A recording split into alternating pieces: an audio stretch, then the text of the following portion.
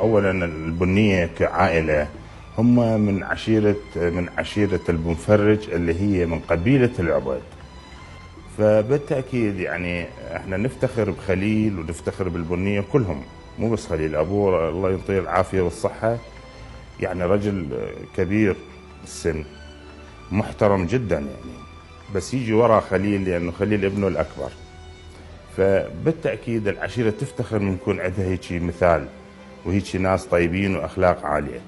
طبعا العشيرة مساهمتها أولا الدعم المعنوي، لأن العراق مجتمع عشائري، فالإنسان بدون عشيرته ما يستطيع أن يتقدم بالأمور العمل وأشياء أخرى، يعني بكل شيء يبقى هو مقيد محدود يعني. بس العشيرة تنطيه دعم معنوي وتنطيه مبادئ وأخلاق وقيم، وتحميه من أي طارئ يحدث له. فهذا دور العشيرة بالنسبة لخليل. يعني هو دائما واجبات العشيرة يقوم بها، ما يتأخر في تقديم أي شيء للعشيرة. فهذا يعني شيء ممتاز، وحقوقه أيضا العشيرة مضمونة يعني.